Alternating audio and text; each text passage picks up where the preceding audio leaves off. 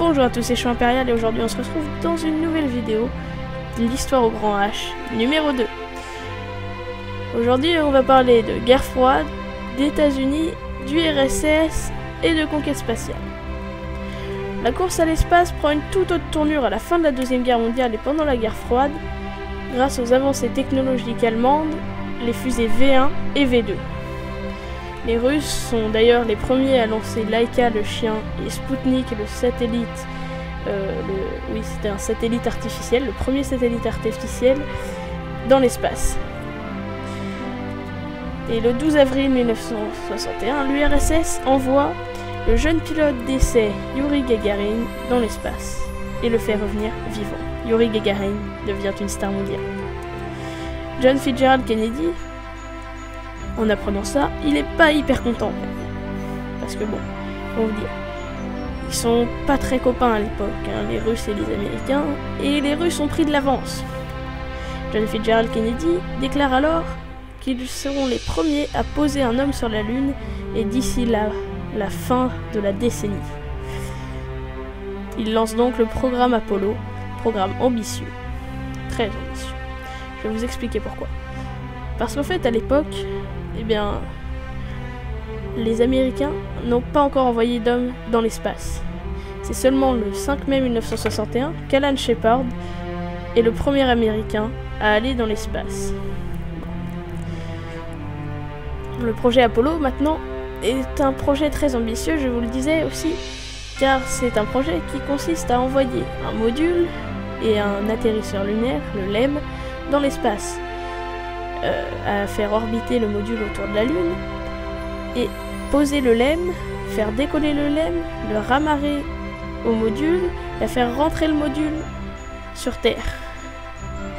C'est relativement, comment dire, imagé ce que je vous dis là, mais en gros c'est ça. Donc Apollo 1, la première mission Apollo, est un échec.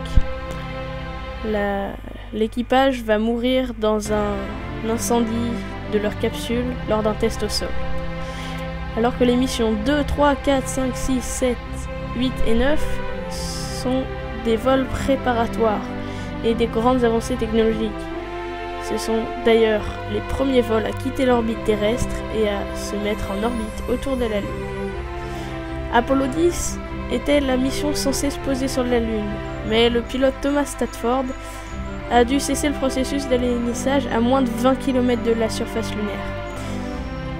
Il devait avoir les boules, en fait à 15,6 km de la surface. Ouais. Apollo 11 à présent, sauf défaut technique, la NASA savait que c'était la mission de la réussite. Choisir donc un aigle, symbole de la gloire, de la puissance et des États-Unis, comme emblème de la mission.